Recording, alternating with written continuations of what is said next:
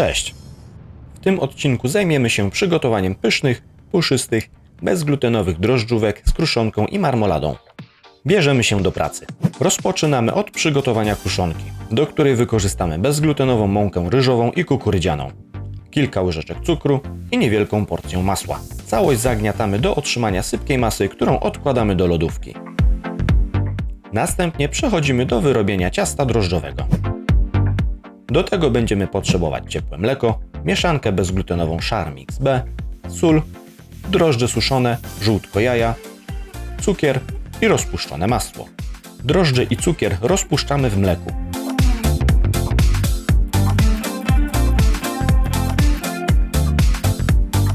Następnie żółtko jaja i masło, a potem mąka i trochę soli.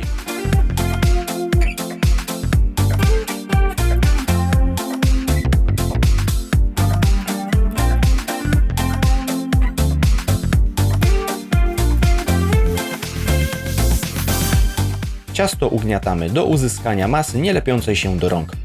Gdy jest za rzadkie, wspierajcie się dodatkową mąką.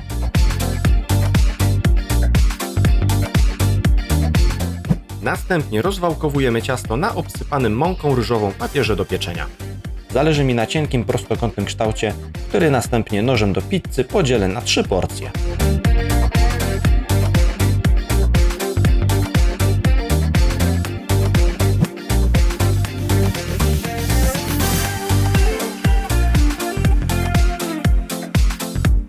Teraz nałożę cienkie warstwy marmolady różanej, złożę bułeczki i odstawię pod szczelnym przykryciem do wyrośnięcia. W ten sposób mam pewność, że nie wyschną.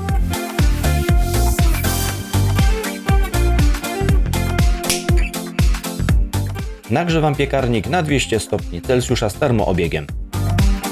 Wyrośnięte bułeczki smaruję białkiem jaja roztrzepanym z łyżeczką wody, by potem obsypać je schłodzoną kruszonką.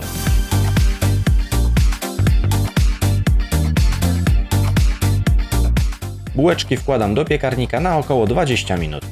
Pozostawiłem je na pociętym papierze do pieczenia, dzięki czemu łatwiejsze będzie ich przenoszenie. Na chwilę przed wyciągnięciem drożdżówek z piekarnika przygotowuję lukier. Potrzebujemy wrzącą wodę, cukier puder i sok z cytryny. Do cukru dolewamy bardzo małą ilość wody i mieszamy. W zależności od konsystencji lukru zwiększamy ilość wody. Aby przełamać słodycz, wyciskamy kilka kropel soku z cytryny. Pozostaje już tylko wyciągnąć drożdżówki i oblać je lukrem. Smacznego!